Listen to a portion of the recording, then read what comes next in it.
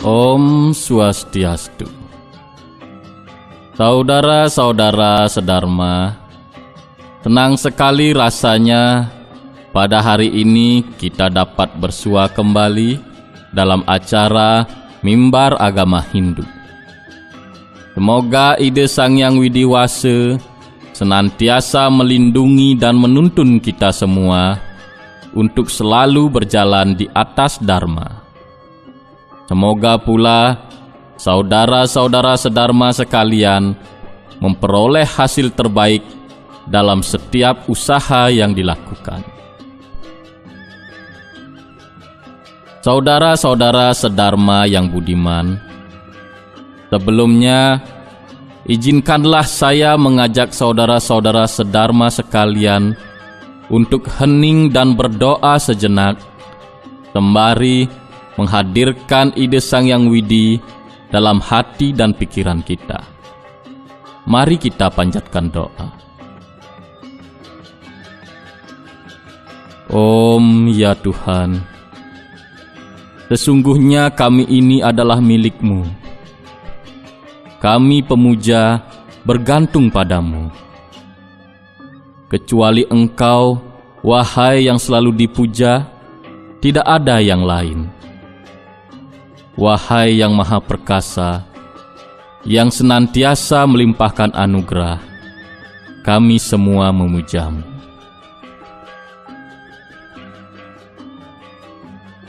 Saudara-saudara sedharma yang budiman, setiap orang pasti pernah melakukan suatu kesalahan, dan tentunya adalah sebuah sikap bijaksana apabila tidak mengulang-ulang kesalahan yang sama.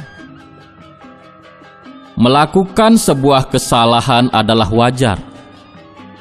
Melakukan kesalahan yang berbeda adalah sebuah proses belajar.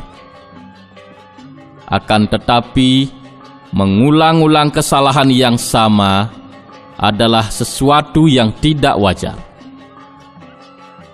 Tentunya bukan dengan kekerasan, baik dalam bentuk kekerasan fisik ataupun hujatan, untuk memperbaiki kesalahan tersebut. Untuk memperbaiki diri dari kesalahan yang sama, sebuah nasihat dari orang lain sungguh sangat dibutuhkan. Terlebih lagi dari orang tua atau orang yang sudah berpengalaman. Sayangnya, dewasa ini banyak terdapat kecenderungan orang-orang tidak bisa menerima nasihat dari orang lain. Jika ego pribadi sudah berbicara, maka kita pun akan merasa diri paling bisa, paling benar, paling hebat, dan tak memerlukan masukan dari orang lain, baik berupa nasihat ataupun kritikan. Hal ini sebenarnya sangat berbahaya. Saat kita tidak bisa membuka hati dan pikiran kita terhadap sebuah nasihat atau kritikan dari orang lain, di sanalah kita kehilangan kesadaran bahwa sebenarnya kita berada dalam kebodohan dan tidak kesempurnaan.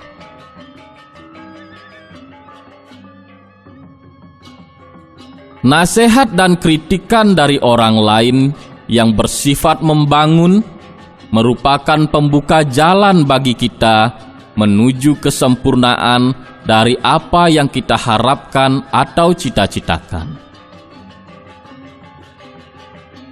Saudara-saudara sedharma yang budiman, pada hari ini izinkanlah saya menceritakan sebuah kisah yang saya petik dari buku Pancatantra. Mari kita simak bersama dan semoga ada manfaatnya.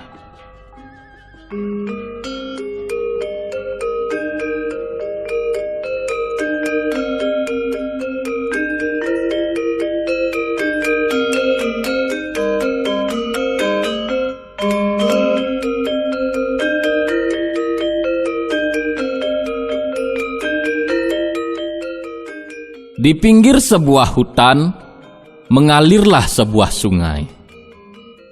Di tepi sungai itu, tumbuhlah sebuah pohon beringin yang rindang.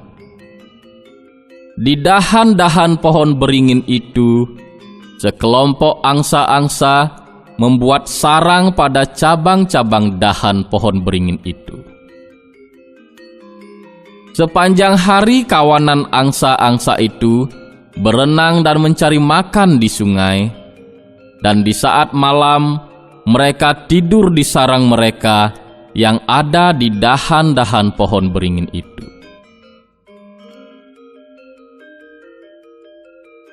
Beberapa tahun telah berlalu.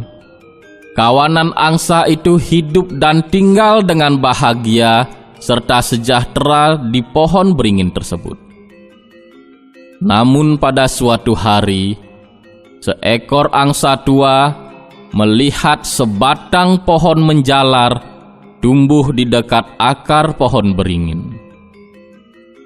Melihat hal itu, si angsa tua lalu memanggil semua angsa-angsa yang tengah berenang di sungai. Kawan-kawan semua,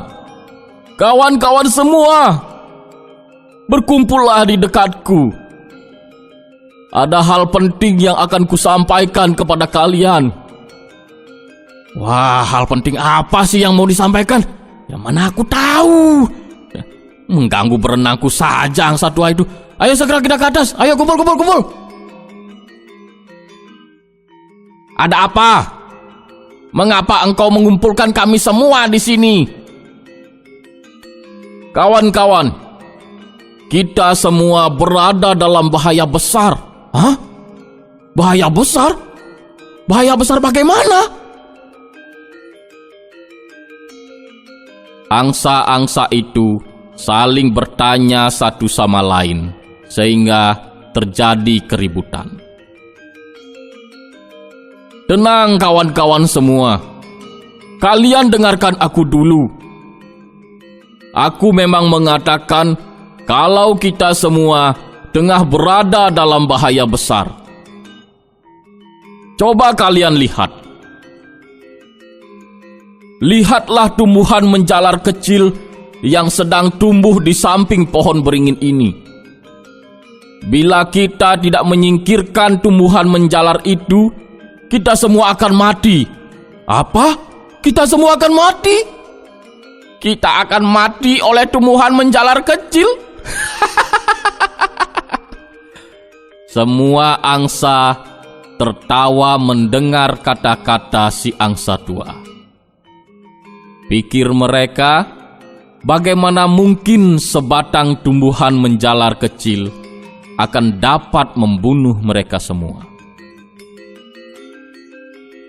Kenapa kalian semua tertawa? Dengarkanlah penjelasanku. Sekarang tumbuhan menjalar itu masih kecil.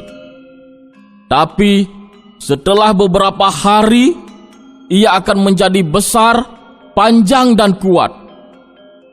Ia juga akan menjalar ke pohon beringin tempat kita bersarang ini. Saat itu, kita tidak akan kuat untuk mencabutnya. Ketahuilah, dengan bantuan tumbuhan menjalar ini, para pemburu akan mudah menaiki pohon beringin ini dan menangkap kita semua. Kamu terlalu takut dan sampai berkhayal yang bukan-bukan. Iya benar, tumbuhan menjalar ini terlalu kecil untuk dikhawatirkan sekarang ini.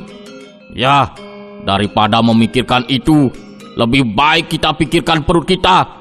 Aku jadi lapar lagi karena mendengarkan ceramahmu itu. Angsa-angsa yang lain benar-benar tidak menanggapi peringatan dari si angsa tua. Hal mana membuat si angsa tua sedih dan merasa semakin khawatir. Hari pun berganti hari. Tumbuhan menjalar itu pun tumbuh dengan panjang dan merambat ke pohon beringin tempat kawanan angsa itu bersarang.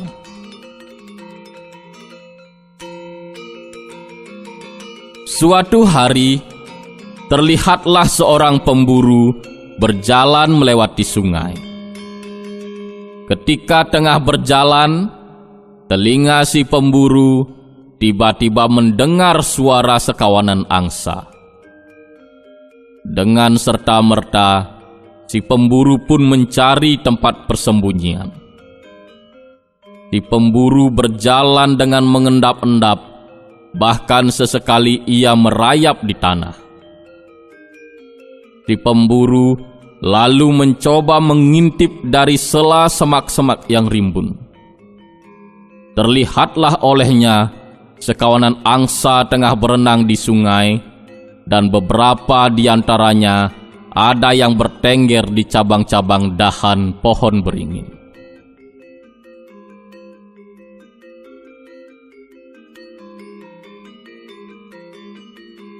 Astaga! Ini benar-benar rezeki nomplok. Akhirnya aku menjumpai binatang buruan. Bahkan jumlahnya sangat banyak. Aku harus bisa menangkap angsa-angsa itu. Setelah berhasil menangkapnya, maka akan kujual di pasar.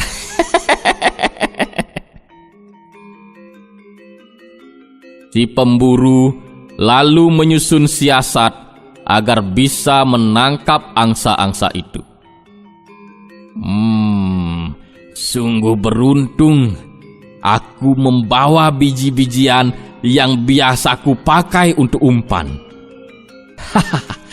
Kebetulan juga aku berada di hulu sungai ini.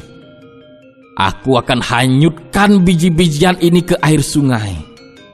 Tentunya angsa-angsa itu akan turun ke sungai untuk memakannya.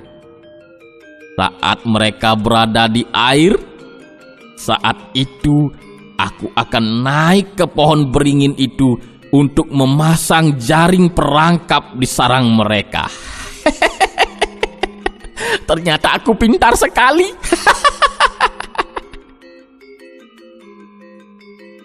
Si pemburu lantas merogoh biji-bijian dari dalam kantung yang dibawanya. Ia kemudian menaburkannya ke air sungai. Biji-bijian itu hanyut di air menuju ke arah kawanan angsa yang tengah berenang. Melihat ada biji-bijian yang hanyut, kawanan angsa itu pun berebut memakannya. Suasana sungai pun menjadi ramai oleh suara angsa yang bergembira. Pada saat itu, si pemburu pun bergerak dengan cepat, memanjat pohon beringin dengan cara berpegangan pada sulur-sulur tumbuhan menjalar. Untung pohon beringin ini ditumbuhi oleh tumbuhan menjalar ini. Kalau tidak, aku takkan bisa memanjat pohon yang besar ini. Aduh, aku harus bergerak cepat untuk memasang jaring perangkap ini di sarang angsa-angsa itu. Jangan sampai mereka melihatku berada di sini. Setelah beres dengan pekerjaannya, si pemburu pun turun dan bersembunyi di balik semak-semak yang rimbun. Aku harus menunggu angsa-angsa itu tidur di sarangnya. Jaring perangkap itu sudah kuhubungkan dengan tali yang kupegang ini. Begitu mereka ada di sarang, aku tinggal menarik tali ini dan hep! Mereka semua berada dalam jaring dan aku akan punya banyak uang.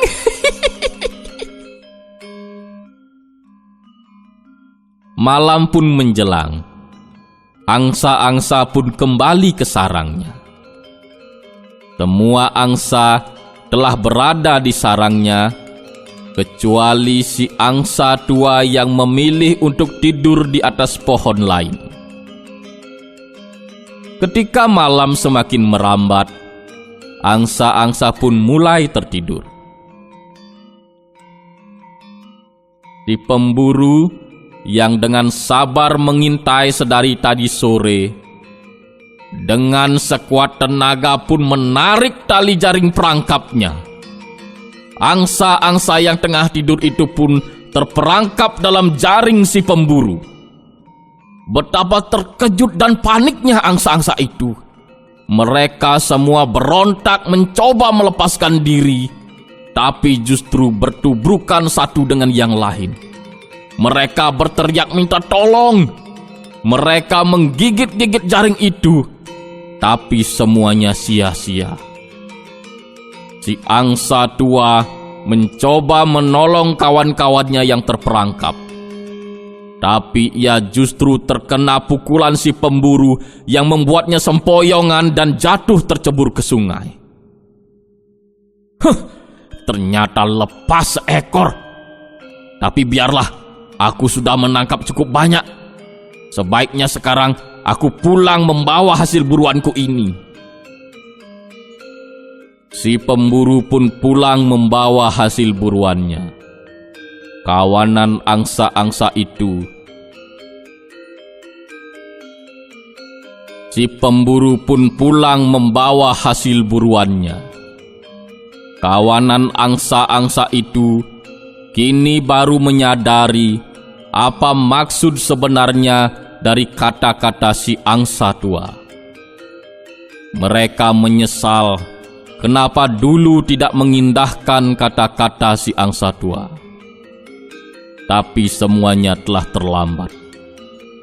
Mereka semua telah tertangkap oleh si pemburu. Akibat tak mau mendengarkan dan menuruti nasihat, kini mereka berada dalam penyesalan.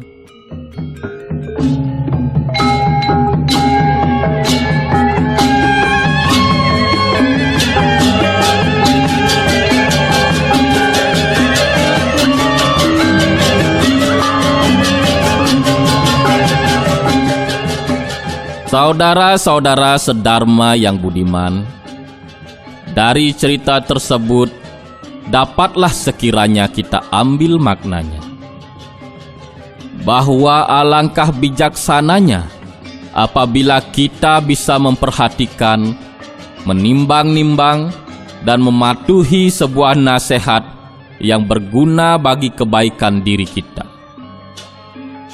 Seperti kata sebuah pepatah, hujan deras dapat memberitahu kita bagian atap yang bocor.